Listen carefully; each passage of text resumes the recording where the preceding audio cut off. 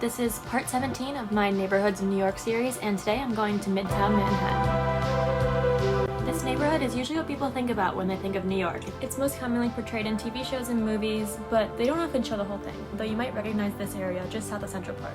This golden statue on the south side of Central Park in particular is unmissable, and people are always gathering around it to take pictures. And food carts line this area around Central Park South, so you could get hot dogs, croissants, coffee, anything you can think of, and there's plenty of seating right by the Apple Store, plus a great view of the Plaza Hotel, which was featured in the Home Alone movies. I of course had to start off my day with a bagel, so I went to Liberty Bagels, which is hidden right by Central Park on 58th Street.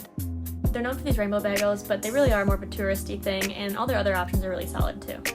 I got an everything bagel with scallion and cream cheese, and let me tell you, they really load up the cream cheese here, so make sure you split with someone or bring a bag to save it for later.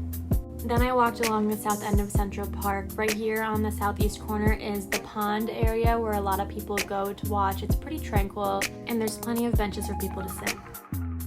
On Central Park South sits plenty of iconic hotels that you see in movies like the Plaza, the Ritz, and other places that have really cool rooftop bars once you look into it that only require a reservation to get in. Then of course there's the horses that you can ride, though I would watch out for those because sometimes they can really be a tourist trap. Just like on the east side, the west side of Central Park also has some pretty iconic monuments that have really gorgeous sculptures you can look at. And then of course there's the Columbus Circle globe that's on the west corner that has been featured in a lot of films. New York isn't exactly a place where you can find a lot of malls, but there are few and far between, and one of the big ones where it has some luxury shopping and places to eat is this one right on Central Park West. Just one block down on 8th Avenue is the Museum of Arts and Design, which holds global exhibitions of modern art in many forms on its full 4 floors. Plus it has the perk of floor-to-ceiling Central Park view, so I definitely recommend going.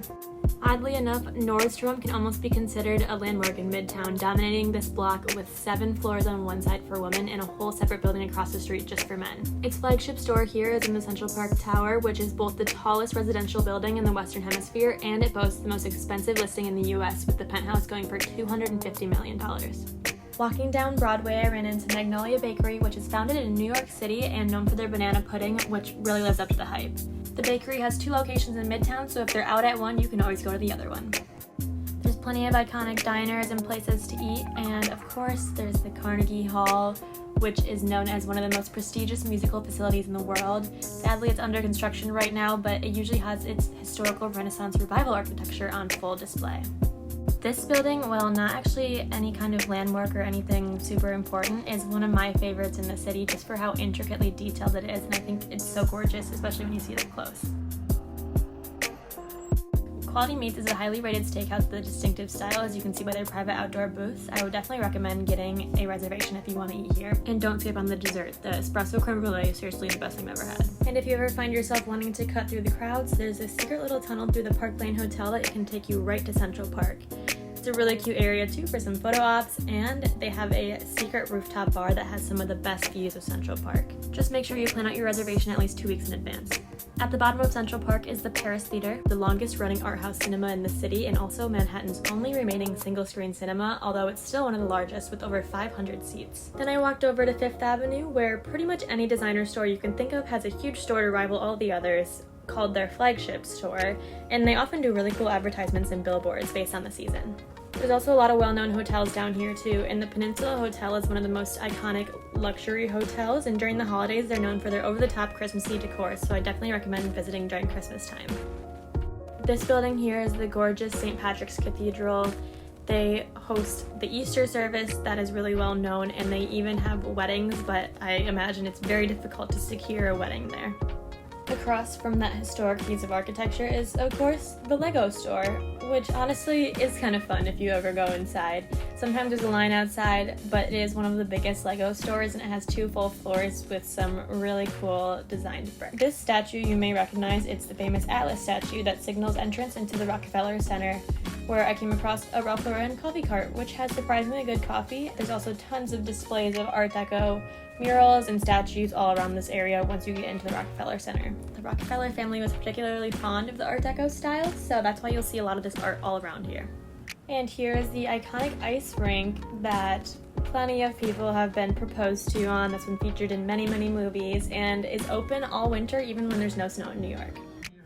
Another reason the Rockefeller Center at 30 Rock is so famous is because it holds the Comcast building, which tapes Saturday Night Live and The Today Show, and The Tonight Show is taped there too, and Radio City Music Hall is on the same block just down the street, so there's plenty of things going on all in Midtown.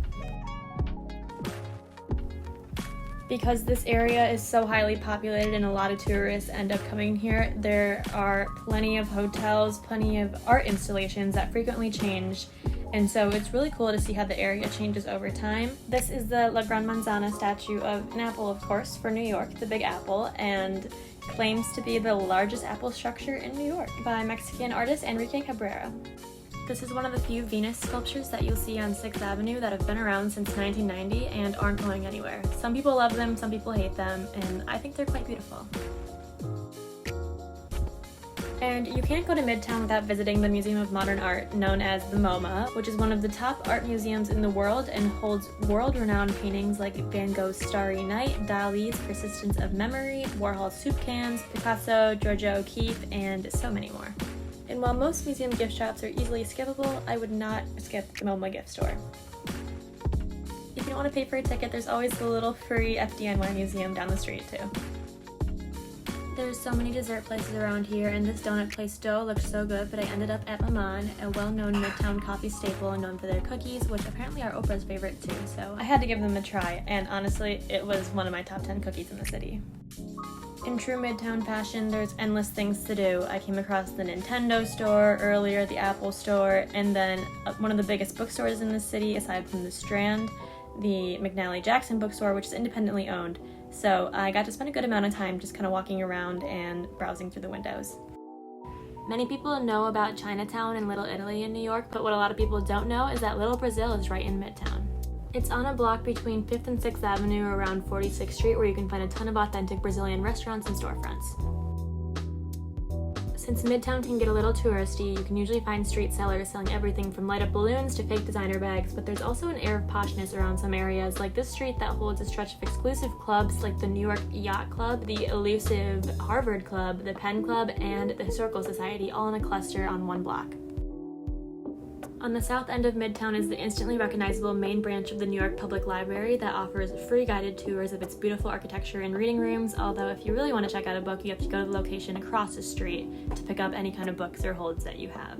But after you tour around the inside, right behind the grand facade of the building sits Bryant Park, known for its movie screenings in the summer, its ice rink in the winter, and its winter market.